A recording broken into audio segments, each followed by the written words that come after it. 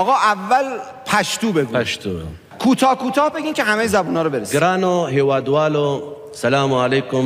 نوی کلم و مبارک شه، اختر مبارک شه.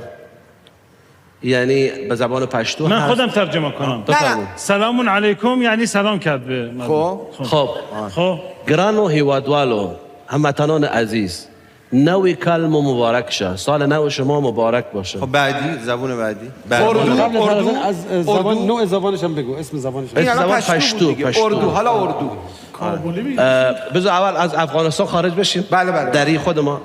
بینندگان عزیز، حلول سال نو خورشیدی را به همه شما عزیزان تبریک عرض میکنم و انشالله عزیزانی که مشرف میشوند به مزار شریف در مراسم جهنده بالا ما را از دعای خیرتان فراموش نکنین. احسنت.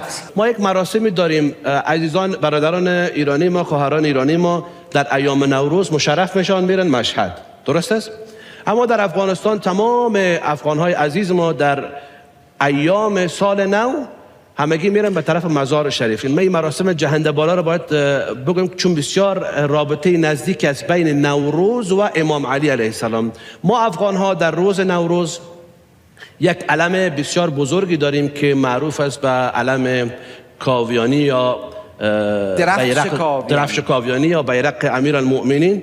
در روز اول نوروز ما این علم را بلند میکنیم، جهنده میگویمش بهش، چون اگر شما به حساب جنتری یا همون تقویم بشمارین، روز نوروز یا همون نیروز دقیقاً با عید قدیر خم روز قدیم یک جای می شود و به همین خاطر در افغانستان عزیز ما در شهر مزار شریف و حتی در خود کابل در زیارت سخیم و در شهرهای دیگه که نظرگاه حضرت امیر هست، ما روز اول نوروز علم حضرت امیر را بلند میکنیم برای 40 روز و بعد از او باز دوباره پایین میشه. اگر علم وقتی که بلند میشه با استواری بلند شود یعنی سال پربرکتی هست برای ما افغان ها.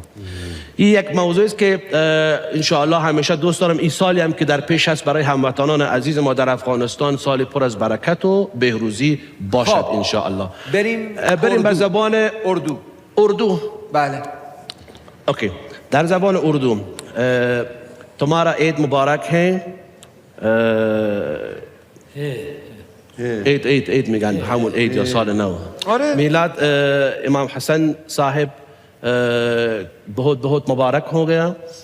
بریم به زبان اسپانیایی. Queridos distinguidos amigos y amigas, os felicito el día especial de nacimiento de Imam Hassan y también nuevo año.